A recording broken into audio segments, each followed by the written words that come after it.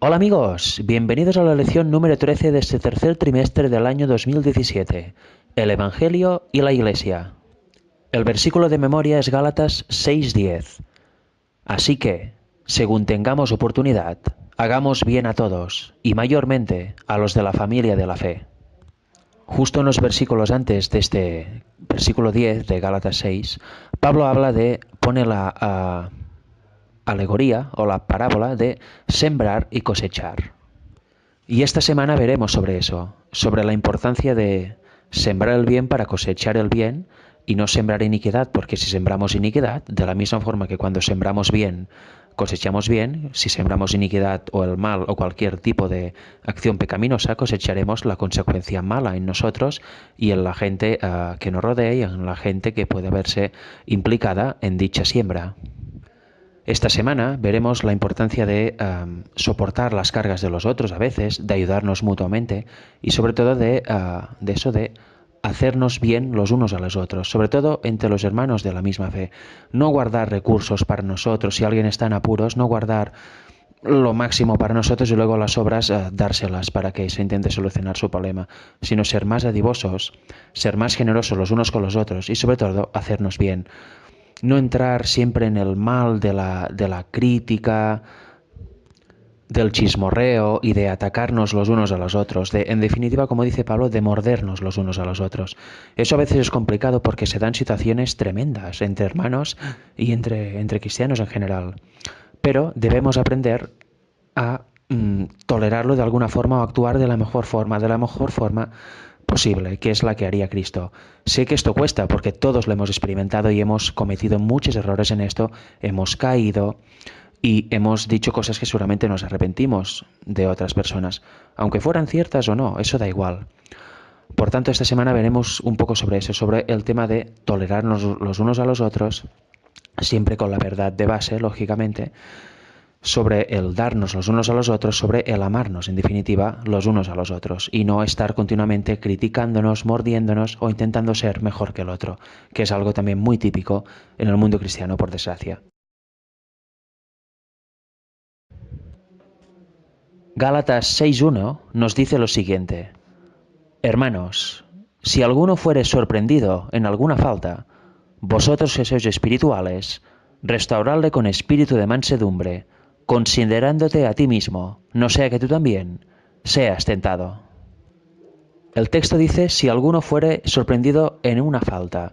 Si vamos al griego, el idioma original de este libro, veremos que la palabra para falta tiene dos vertientes. Uno es desliz, que es algo que no es intencional a primera vista, y luego otras dos excepciones que son error y transgresión, las cuales las dos sí que son intencionales.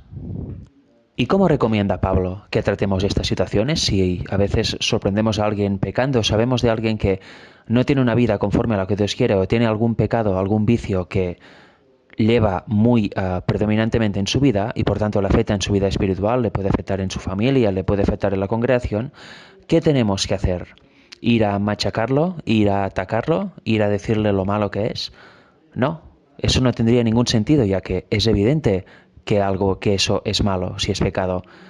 Y lo que tenemos que hacer es intentar salvar a la persona, en el sentido de volverla al camino correcto, Biblia en mano, y volverla a elevar a Dios para que el Espíritu pueda actuar en esta persona y que vuelva a la senda correcta.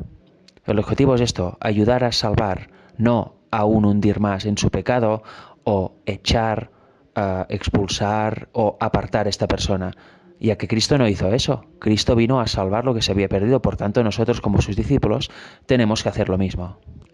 Por eso dice restaurarlo con espíritu de mansedumbre, o sea, con tranquilidad, queriendo oír, queriendo ver el fondo de todo esto, de por qué está haciendo estas acciones o esta acción, y queriendo entender los porqués. Y eso se hace preguntando, como hace Dios. Preguntó a Adán y Eva en el Edén y preguntó a Job. Por tanto, es un método divino, la pregunta. Y luego dice algo muy importante, porque como humanos que somos, hoy estamos aquí y mañana quizá estamos pecando. Hoy estamos con Dios y mañana no, por falta de constancia. O hoy podemos sorprender a alguien pecando y mañana nos pueden sorprender a nosotros. Por tanto, por eso dice Pablo, a la hora de restaurar, ayudar a restaurar al pecador o al que ha cometido la falta, es considerándote a ti mismo, no sea que tú también seas tentado. No estamos libres de tentación y no sabemos si vamos a superar todas las tentaciones. Por tanto, debemos tener un espíritu manso, sabiendo que mañana podemos caer nosotros. No nos podemos quedar infalibles y pensar que solo los demás caerán. Eso es algo muy importante. Y luego, si leemos Mateo 18, del 15 al 17, veremos dos puntos muy interesantes y que casi nunca se cumplen entre los cristianos. Dice así: por tanto, si tu hermano peca contra ti, ve y repréndele estando tú y él solos. Si te oyere, has ganado a tu hermano. Aquí estamos hablando de una falta, de un pecado contra una persona en concreto, no que una persona fue sorprendida en un acto que quizá no afecta a la persona que sorprende al otro. En este caso sí, pero bueno, la dinámica es más o menos la misma, como veremos. Mas si no te oyere, toma aún contigo a uno o dos, para que en boca de 2 o 3 testigos conste toda palabra. Si no los oyera a ellos, dilo a la iglesia, y si no oyera a la iglesia, tenle por gentil y publicano. Por tanto, ¿aquí qué está diciendo? Estamos en otra esfera ahora, en que alguien peque contra ti. Primero tienes que ir con él o ella a solas, y si te escucha, si se soluciona el problema, si se pone todo sobre la mesa y todo acaba bien, perfecto. Si no, tienes que llevar a 2 o 3 testigos para que sean precisamente eso, testigos, testimonios conscientes del pecado que ha habido, y que se ponga también todas las cartas sobre la mesa y se conozca la verdad. ¿Y qué tienen que hacer estas 2 o 3 personas? Pues también mediar y aconsejar para que la persona culpable pues reaccione, se arrepienta, pida perdón y se solucione el problema. Si aún y así la persona sigue R en su error y no quiere reconocer nada, pues sí que se lleva delante de toda la congregación, toda la iglesia, y ahí se le vuelve a amonestar en el Señor, por supuesto, con la palabra de Dios en mano. Si no es así, pues no hay más remedio que expulsarlo. Pero no se pueden saltar estos pasos, porque muchas veces nos saltamos estos pasos y creemos que hemos hecho la obra de Dios, y eso no es así. Por tanto, hoy hemos visto algo muy importante sobre el trato con los demás, que es cuando alguien comete un error, no se le puede ir a morder y a machacar, sino que se le tiene que restaurar con amor, queriendo sobre todo su salvación, no queriendo demostrar que tú eres malo y yo no. Ayer vimos que Pablo nos decía que cuando sorprendamos a alguien en pecado o en una acción mala, debemos hacerlo con espíritu de mansedumbre. Aquí está hablando en plural, pero luego cambia a singular y dice, considerándote a ti mismo, porque mañana puedes ser tú el tentado y el que caiga, el que no supere la tentación. Por tanto, Pablo hace un llamado al individuo, de forma individual, nunca mejor dicho, para que tenga cuidado a la hora de las tentaciones, porque si no estamos asidos de Dios a diario y en todo momento, cuando venga la tentación vamos a sucumbir.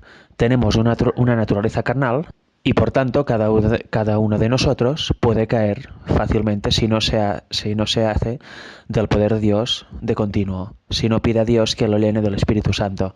Por tanto, en este sentido, aquí Pablo nos está introduciendo un término que se podría decir que es el orgullo espiritual.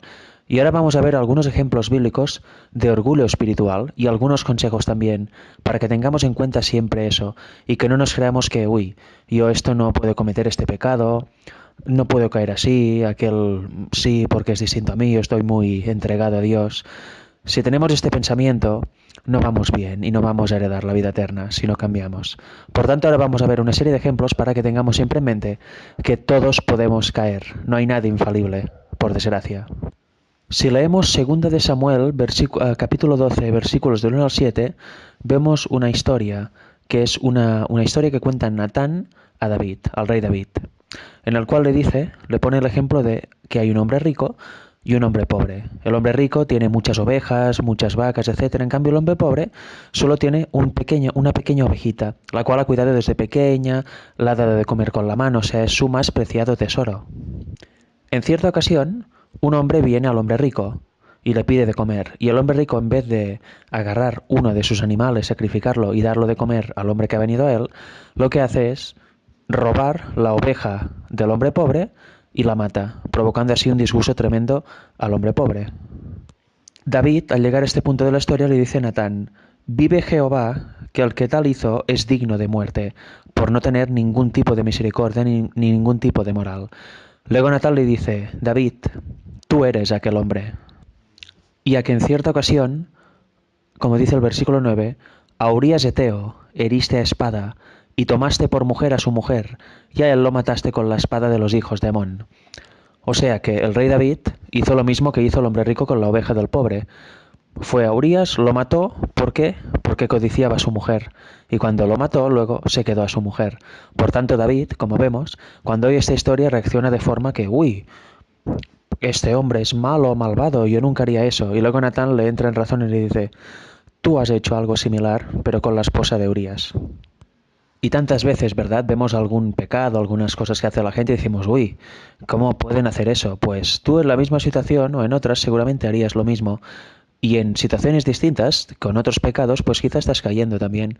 O sea que de nada tenemos de gloriarnos. Y mucho menos pensar que los pecados que cometen otros, nosotros no los cometeríamos y echar más leña al fuego diciendo, uy, ¿cómo puede hacer eso? Como si nosotros no tuviéramos la misma tendencia al mal que los otros humanos. En este sentido, tenemos que recordar lo que dice 1 Corintios 10:12.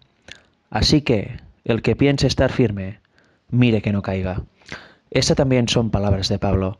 Por tanto, debemos tenerlo muy en cuenta. No nos creamos firmes y libres de tentación, o que no podemos caer porque superaremos todas las tentaciones. Como Pedro dijo, yo no te negaré jamás, Señor. Y Jesús le dijo, cuando el gallo cante cuando el gallo cante me habrás negado 3 veces. Y así fue. Pero bueno, así Pedro aprendió. Ese orgullo se le fue porque luego lloró amargamente. Si tenemos esta falsa seguridad que tenía Pedro, este orgullo, no, yo cómo voy a hacer algo malo, pues mal vamos. O sea que debemos estar siempre en humildad, entregándonos a Dios a diario, porque en cualquier momento podemos caer a la tentación. Y si vemos a alguien que peca, no pensemos que nosotros no podemos ser aquella persona, porque probablemente ya hemos sido aquella persona o seremos aquella persona. Por tanto, mucho cuidado en eso y caminemos siempre con Dios de la mano. Si no, estamos listos para caer. Y aun caminando con Dios en la mano, a la mínima que nos distraigamos, aunque caminemos el 99% con Él y el 1% no, cuando nos distraigamos, Satanás vendrá y nos hará caer. Por tanto, tengamos mucho cuidado, amigos.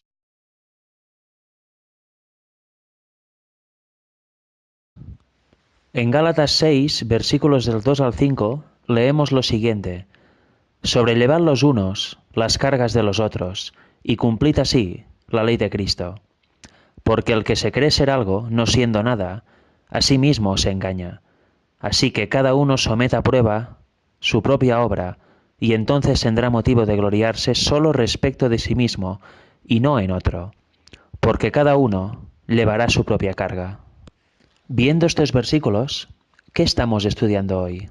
Hoy estamos estudiando un aspecto de la vida cristiana que debemos tener muy en cuenta y que a veces practicamos poco, ya sea por pereza, por orgullo o por simplemente no tener ningún tipo de ganas de hacerlo.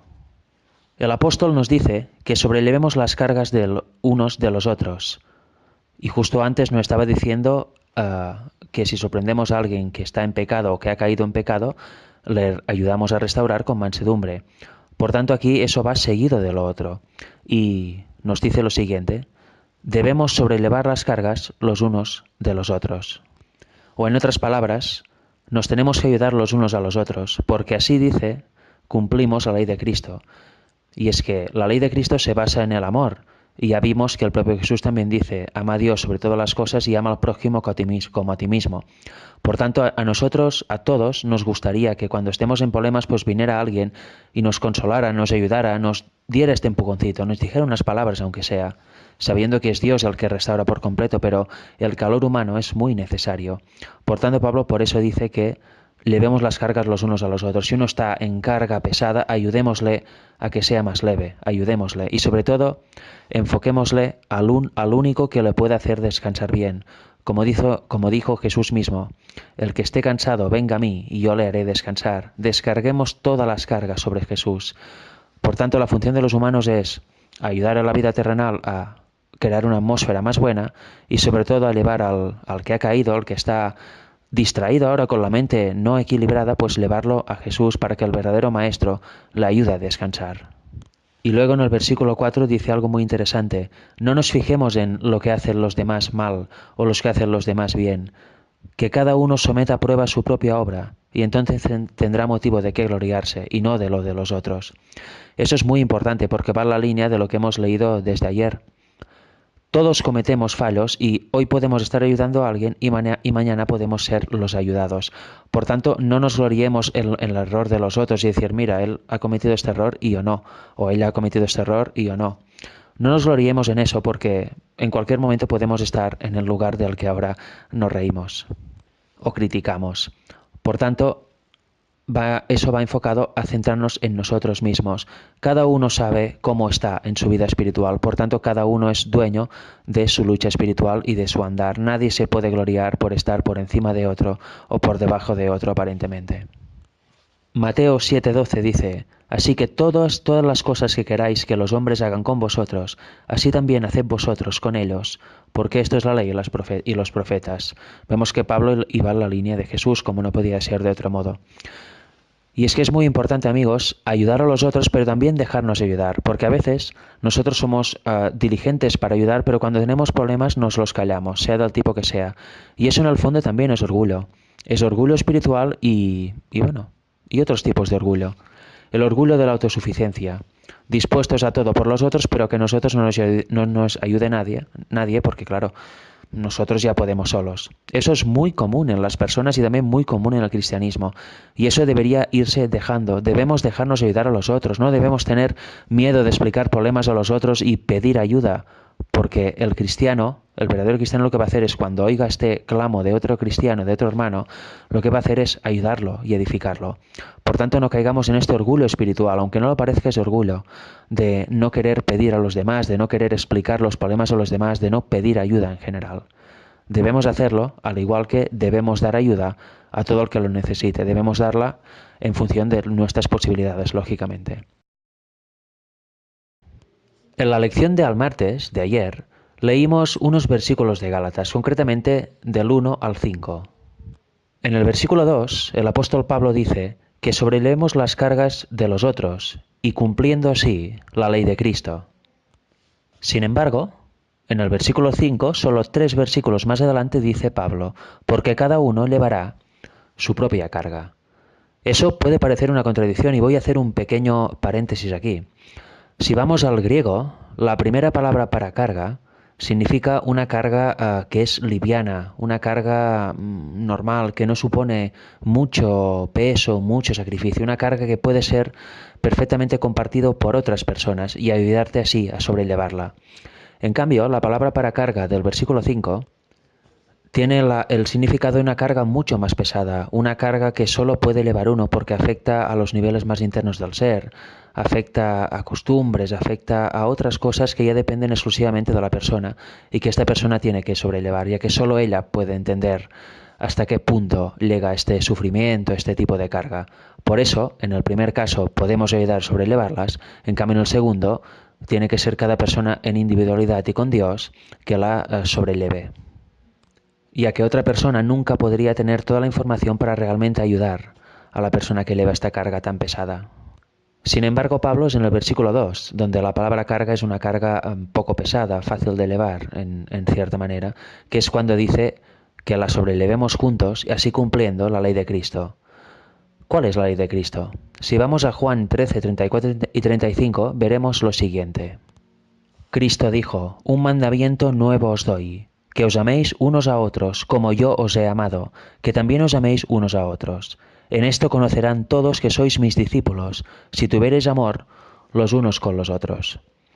Por tanto, esta es la ley de Cristo, la ley del amor. La propia ley moral se basa en el amor. Ya lo hemos visto en otras ocasiones.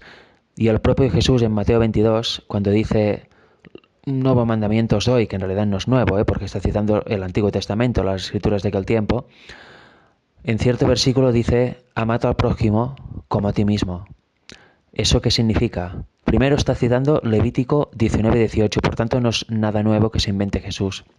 Es simplemente un recordatorio de la ley que ya tenían los judíos en el Tanakh y que él mismo dio desde el Sinaí.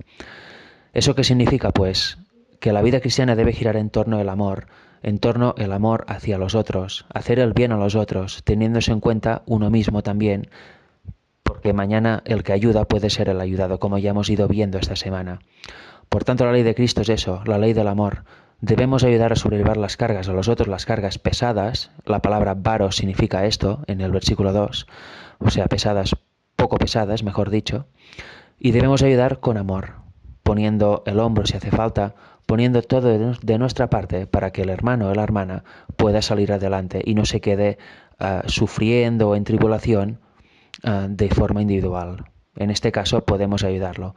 Por tanto, debemos tenerlo claro, el amor es la base de la ley y el amor es lo que debemos manifestar los unos con los otros. Así cumplimos la ley de Cristo, como dice Pablo. Siguiendo la lectura, empezando en el versículo 7 y terminando en el 10 del capítulo 6, vemos lo siguiente. Dice Pablo, no os engañéis, Dios no puede ser burlado, pues todo lo que el hombre sembrare, eso también segará. Porque el que siembra para su carne, de la carne segará corrupción, mas el que siembra para el Espíritu, del Espíritu segará vida eterna. No nos cansemos pues de hacer bien, porque a su tiempo segaremos, si no desmayamos. Así que según tengamos oportunidad, hagamos bien a todos, y mayormente a los de la familia de la fe. En primer lugar, Pablo nos está diciendo que no podemos reírnos de Dios, no podemos burlarnos de Dios, no podemos pensar, bueno, hago todo lo malo que me plazca y no voy a tener consecuencias. Ciertamente tenemos libre albedrío. En cada decisión podemos elegir a Dios o podemos elegir a Satanás. Pero cada decisión tiene unas consecuencias, tanto buenas como malas. Ciertamente nos podemos arrepentir de nuestros pecados, pero muchas veces las consecuencias van a estar ahí. No se borran, aunque Dios te perdone. Por tanto, debemos tener claro, aunque pasemos una vida intentando burlarnos de Dios, eso no es así, porque hay un juicio en el cielo y cada uno va a pasar por delante del trono y van a ser puestas en balanza sus obras, tanto las buenas como las malas. Y ahí se van a ver todos los pecados que hemos cometido. Si nos hemos arrepentido y están borrados, perfecto, pero si quedan pecados guardados ahí, o cosas malas que hemos hecho, que hemos pensado, Dios no lo va a tener en cuenta, van a seguir ahí. Y por tanto vamos a ser declarados culpables en el juicio. Por tanto, tengamos cuidado en esto. No podemos reírnos de Dios, no podemos tener una vida liberal haciendo lo que queramos, porque todo queda registrado. Y en su momento, si no nos arrepentimos, Dios nos va a pedir cuentas y no vamos a ser salvos. Ya que no habremos andado como Jesús anduvo aquí.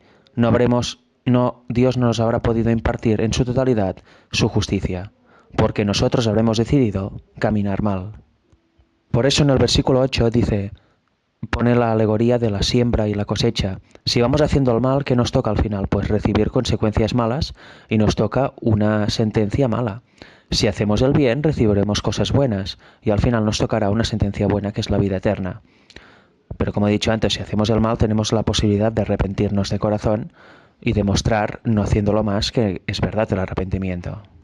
Y asimismo con las personas, si hacemos el bien a las personas, cosecharemos bien. Si vamos tratando mal a las personas y haciéndoles mal, pues las consecuencias serán malas y cosecharemos mal también. Es lógico. Es una ecuación que nunca falla. Y sigue Pablo diciendo que no nos cansemos de hacer bien, porque si no desmayamos en su momento, segaremos bien. A veces hacemos cosas y llevamos a cabo planes dirigidos por Dios muchas veces, y no vemos resultados. Es como si estuviéramos trabajando en vano, haciendo cosas en vano. No vemos resultados y muchas veces vemos cosas incluso negativas, resultados que no son los esperados. Pero como dice Pablo, si no desmayamos, en su momento cosecharemos el bien, porque si sembramos bien, es imposible no cosechar bien. Otra cosa es que lo cosechemos cuando nosotros queremos. A veces puede tardar más y a veces puede tardar menos, pero seguro que habrá resultados buenos, porque Dios se encarga del crecimiento, no lo olvidemos. Y para finalizar, nos vuelve a remarcar, hacemos bien a todos. Eso es igual a ama al prójimo como a ti mismo. Y luego dice mayormente a los de la familia de la fe. Por como hemos ido viendo esta semana, ayudemos a soportar las cargas, la carga bar en griego, para que puedan andar mejor y no en tribulación ellos solos. Ayudemos a los de la familia de la fe a seguir adelante, a levantarse cuando caigan, a animarles siempre con amor. Hagamos esto y sembraremos bien, y cuando nosotros estemos en su situación, también ellos nos ayudarán, porque eso será una siega de bien si hacemos esto a ellos. Es una ley fácil. Ama al prójimo como a ti mismo. Es simplemente eso. Haz bien y recibirás bien. Haz mal y recibirás mal. Es una ecuación, otra vez, que nunca falla, porque Dios mismo la ha establecido y Pablo, su apóstol, nos lo está recordando. En la última lección de la semana, en el tema para estudiar y meditar, encontramos una porción del manuscrito 126 de 1901, escrito por Elena White. Y ya veréis que es muy, muy interesante y muy edificante lo que vamos a leer ahora.